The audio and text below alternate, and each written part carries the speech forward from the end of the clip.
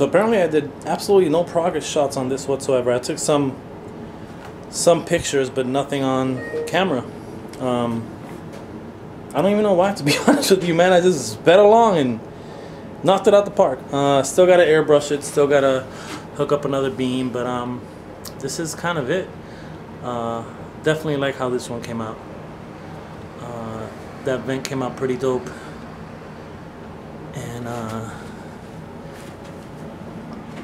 definitely trying to improve on my cracks, so I think I did a better job. Punched out some of the bricks, punched out some of or punched in, or punched out in that case, some of the cinder blocks. And yeah, definitely cool little project. Took me about 4 days on and off. Spent today about 2.5 hours painting, because you have to go double up on the brick and then let that dry and then go to the gray, so it's kind of a process. So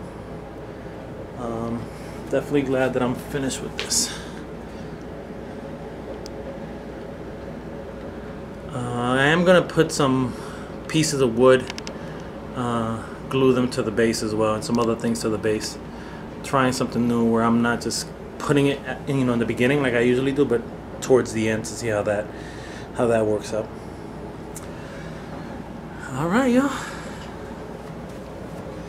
Capture the feet.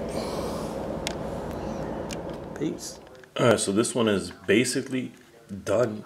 The only thing I have to do is, when I bring the airbrush out again, just dirty that electricity box up a little bit, and dirty up this fence as well. I'm gonna wait actually probably till the next time I'm bringing out the airbrush equipment for another job, because it's a pain in the ass to clean, and I don't want to bring it out just for these two pieces. So for now it'll stay like this. I had bought a green for the airbrush gun the other day, and one of the reasons I bought it was because I knew that I had kind of that the mossy or the little, the little moss or what have you. So I wanted to get green so that I can complement those little pieces that I was going to glue on, and then mark up some of the wall with a little bit of that green, just to kind of give it that that feel that there's moss on the wall.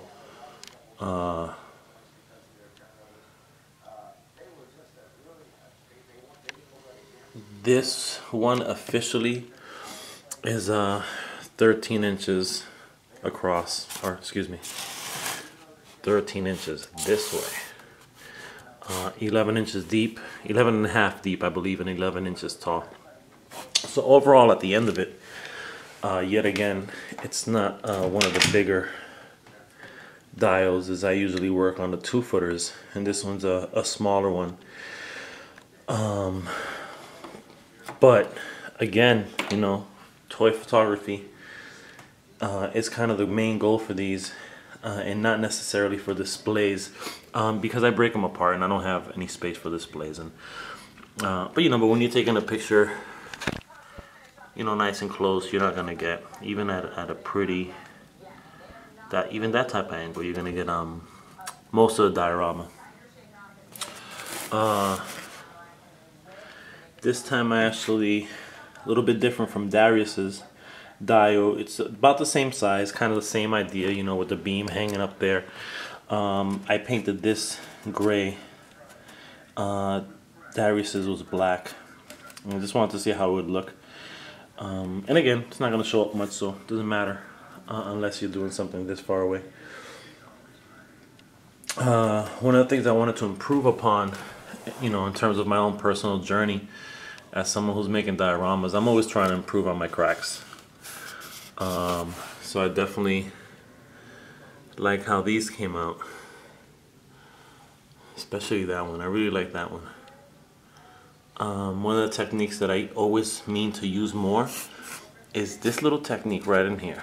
You see it here and you see it here, and it's a really good indication that the cracking, that when it cracked, you know, that could chip at any moment, and so it gives it a little more, in my opinion, a little more realism. You know, once I finished the Dio, I went with two different grays. So this gray here matches the gray on the floor, and this is another gray. You know, again, this is custom made gray. Just took this one and put a little bit of black in it and made it darker. Took the vent and I painted the vent in a brown brush, acrylic paint, and that can be popped off. So I didn't put that part permanently. I cut it in tight enough so it can stay nice and snug. But definitely like the way this came out. I like vents.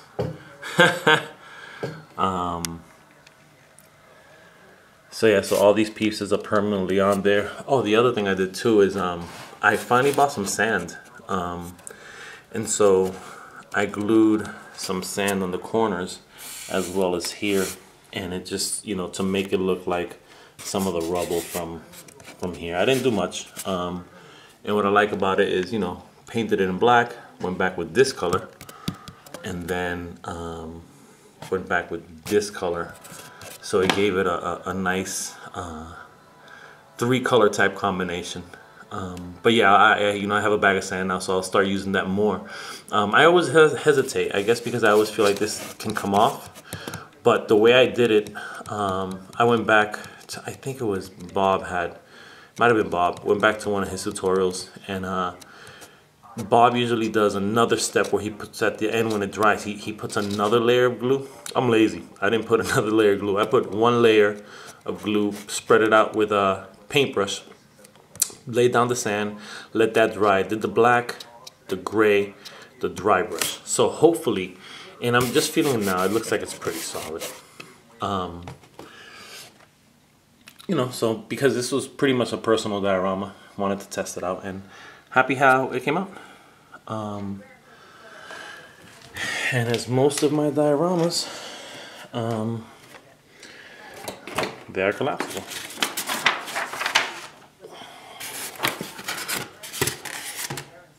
Magnet there, magnet there,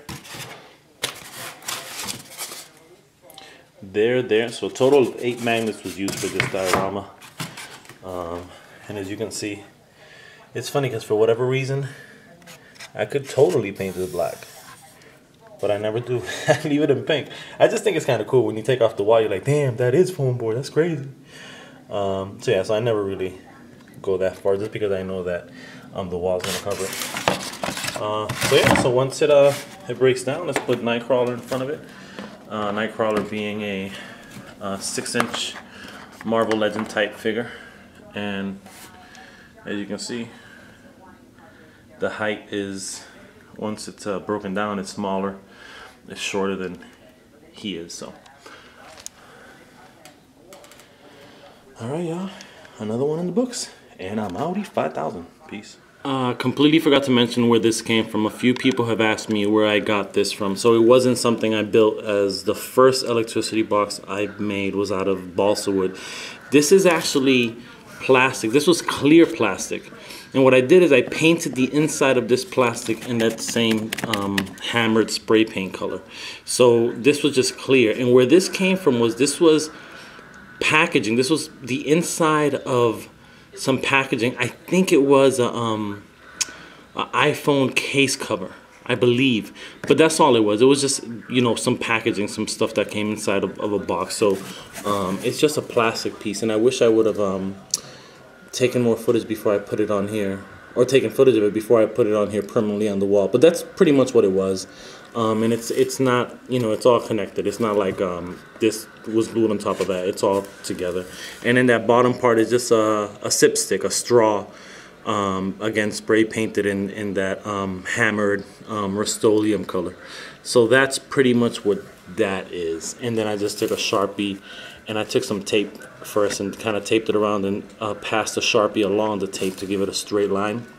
I still have to do something with that because that doesn't look realistic, but I'm gonna see if I can hang a lock on there. I'll kind of hook that up before I airbrush it. Alright, so just wanted to come back and kind of touch base because I know a few people have asked me where I got this piece from, and I really don't know. But again, when making dials, when you're in that mindset of making dials, anything can be a piece of your diorama. So anything from inside of a package, you know, you just have to always kind of look around, and just takes a little imagination. That's it. And when I first saw this, the first thing I thought was this will be a perfect electricity box, or whatever they're called. Anyway, that was that. Peace.